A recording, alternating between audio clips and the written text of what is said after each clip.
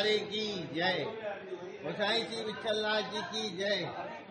बोलो सतपीठाधीश्वर गोस्वामी श्याम मनोहर जी महाराज की जय। आज के आनंद की जय।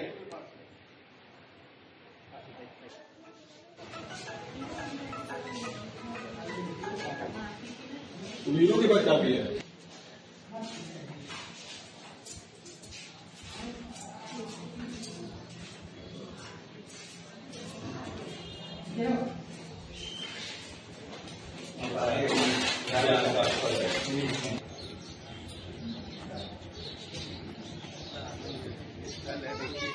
ऐसा यहाँ पर कल मनोरथ था यहाँ पर बैठे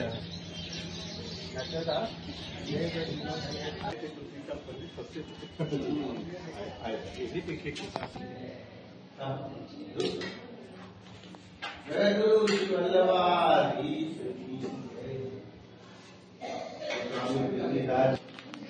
परम सौभाग्य सबको प्यारे की जय। गोसाई श्री विठलनाथ जी की जय। बोलो सतपीठाधीश्वर गोस्वामी श्याम मनोहर जी महाराज की जय। आज के आनंद की जय।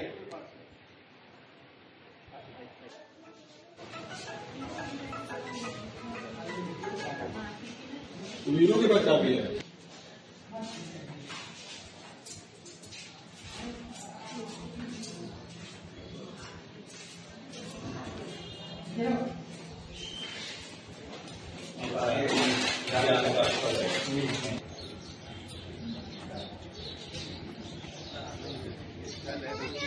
ऐसा यहाँ पर कल मनोरथ था यहाँ पर बैठे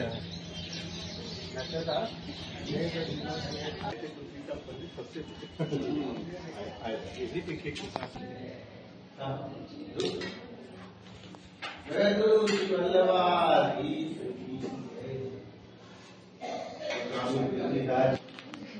परम सौभाग्य सबको अपना परिचय दीजिए। मैं भारत भारती परिषद का अध्यक्ष अशोक वल्लभ दास।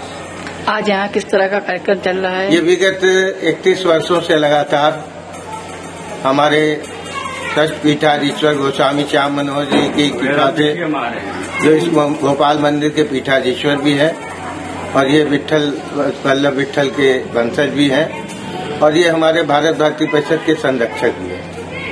और ये सम्मेलन तब शुरू हुआ जब यहाँ के पीठाधीश्वर नित्य लीलास मुरलीधर महाराज जी थे, उनकी बेटी जी ने पहले यहाँ पर ये जो शीशमहल देख रहे हैं मेरे बाईं तरफ, यहाँ पर रामचरितमानस के सुंदर कांड का पाठ सर्वप्रथम उन्होंने बेटी जी ने शुरू करवाया भारत भारती परिषद के सदस्यों द्वारा। और ये भारत भारती परिषद यहाँ पर तुलसीदास जी की जो गुफा थी, वहाँ पहले विधिवत एक चित्र था, लेकिन वहाँ संगमरमर की एक छवि बनवाई और भारत भारती परिषद ने वहाँ पर तुलसीदास जी, क्योंकि ये गुफा बड़ी अविस्मरणीय है, इसलिए ऐतिहासिक है कि यहीं से तुलसीदास जी पंचगंगा में स्नान करने गंगा जी जाते थे। यहाँ से जो गुफा थी, और यही गुफा में मंदाकिनी कहते हैं, जो मैदागिन नाम पड़ा है, ये मैदागिन जो है मंदाकिनी की धारा यहाँ प्रवाहित होती थी और इस गुफा में उसके जल जो है ऐसे आते थे कि पूरी तस्वीर हमारी भूल जाती थी। इसीलिए भारत भारती परिषद ने महाराज जी की आज्ञा से यहाँ पर तुलसीदास जी की मूर्ति बनाई और यहाँ पर नंददास जी की, जो बगल में जहाँ हम बैठे हैं, खड़े हैं, आपसे बात कर रहे हैं, ये नंददास क्या थे? तुलसीदास के बारे में सब जानते हैं, बच्चा जानता है कि उसको जीवनी पढ़ाई जाती है, लेकिन नंददास जी के बारे में सब लोग नहीं जानते। नंददास ऐसे कवि थे जो तुलसीदास जी के भाई थे और भाई होने के कारण विठलनाथ जी वल्लभाचार्य जी के अचकाओं में तेज थे। सब कवियों को तो उन्होंने वो कहा, लेकिन इनको जड़िया कहा, सब उड़िया लेकिन ये जड़िया। तो नंददास जी ऐसे कवि थे कि ये रास लीला का साक्षात वर्णन जो है वो अपने पदों में करते थे। जैसे रास पंचाध्यायी सुखदेव जी ने 5 अध्याय लिखा, उन 5 अध्यायों को उन्होंने एकदम अपने पदों में ऐसा डाला, निपट निकट राखो, माने रास लीला में सम्मिलित भी है और पद भी गा रहा है। ऐसा कोई कवि होगा? कभी तो कहते हैं कि जहाँ न पहुँचे शशि वहाँ पहुँचे रवि, और रवि जहाँ न पहुँचे वहाँ कवि। लेकिन नंदा जी ऐसे थे जो जहाँ कोई पहुंच नहीं सकता रहा। कहते हैं ना गीता में कि न तद्भासे थे सूर्यो न शशांको न पावक। तो ऐसी जगह जो है जहाँ सूर्य और चंद्रमा की गति नहीं है, वहाँ नंदा जी की गति थी। तुलसीदास जी यहाँ क्यों आए? रामचरित मानस लिख चुके थे, लेकिन विनम्रता का पद सिखा। विनम्रता, बिना विनय के, कहते हैं ना विद्या ददाति विनयम। जब तक विनय नहीं आएगा तो विद्या आपके शून्य है, वो शिक्षा ही शिक्षा रहेगी कमाने की। विद्या और शिक्षा में यही दोनों सगी बहन है, वो एक कमाने की होती है और एक समाज में आपको भगवान का प्रिय बनाने की। कोई हम आत्मा है। तो नंदराज जी ने यहीं पर भ्रमर गीत लिखा। भ्रमर गीत के बारे में आप जानते हैं कि गोपियों ने उद्धव जी को निमित्त बना करके और उनको जो ज्ञान दिया वही है भ्रमर गीत। और भ्रमर को लक्ष्य करके उन्होंने कहा कि ये भौरा क्या है, यही भगवान श्री कृष्ण है। ये भ्रमर बन के आया और हम लोग के रस को चूस लिया और फिर जो है फिर हमारे रस को चूस करके फिर मथुरा और उधर चला गया। तो ऐसा जो लक्ष्य है कि गोपियों ने भगवान को दिखा दिया कि देखो यहीं पर साक्षात जो है भगवान है, कहीं खोजने की जरूरत नहीं, वो है भ्रमर गीत। तो भ्रमर गीत का विशेष जितना प्रकरण, क्योंकि अब ये आयोजन क्यों होता है? ये आयोजन होता है कि भारत भारती परिषद शुरू से संत महात्माओं की जयंती मनाती है। वल्लभाचार्य ये हमारे सेवक है, जहाँ पर सेवा करते हैं तुलसीदास जी की और नंदा जी की, और बड़े प्रेम से ये भगवान का जो भोग होता है वो समर्पित करते हैं। और इन सेवक, आपका नाम क्या है? कृष्णचंद दुबे। कृष्णचंद दुबे जी हैं, और ये बड़े ही साहित्यिक और बड़े सांस्कृतिक और सेवक इनके पूर्वज भी थे।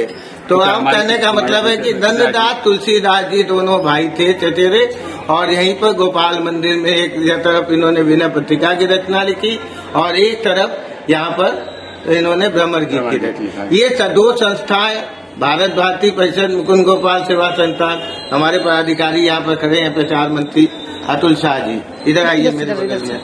ये अतुल शाह जी हैं यहाँ पर मुकुंद गोपाल सेवा संस्थान। और ये बगीचा जो आप देख रहे हैं ना, इसकी भी देख रेख यही करते हैं।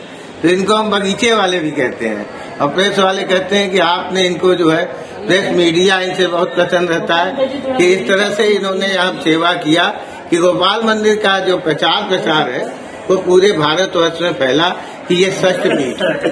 षष्ठ पीठ क्यों है? कि 7 पीठ है, पूरे मुष्टि मार की 7 पीठ है, और सबसे मुख्य पीठ है श्रीनाथ जी। और श्रीनाथ जी के अंदर जो 7 पीठ है उसमें पहली पीठ जो है वो हमारे कोटा में मथुरा नाथ जी विराज रहे हैं।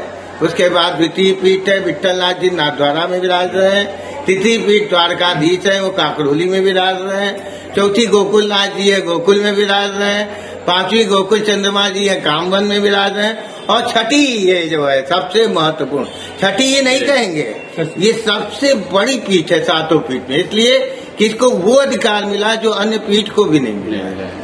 क्योंकि यहाँ पर शेष नाग जो आकायदे ब्रह्मा जी ने दिया था वल्लभाचार्य जी को, वो भी ये विराज रहे हैं। यहाँ पर महाप्रभु जी का हस्ताक्षर भी विराज रहा है, और महाप्रभु जी के गोद के ठाकुर जी भी यहाँ विराज रहे हैं। महाप्रभु जी जो पृथ्वी परिक्रमा करते थे तीनों, उसमें वो तीनों परिक्रमा में मुकुंद राय जी साथ में थे। तो आज हम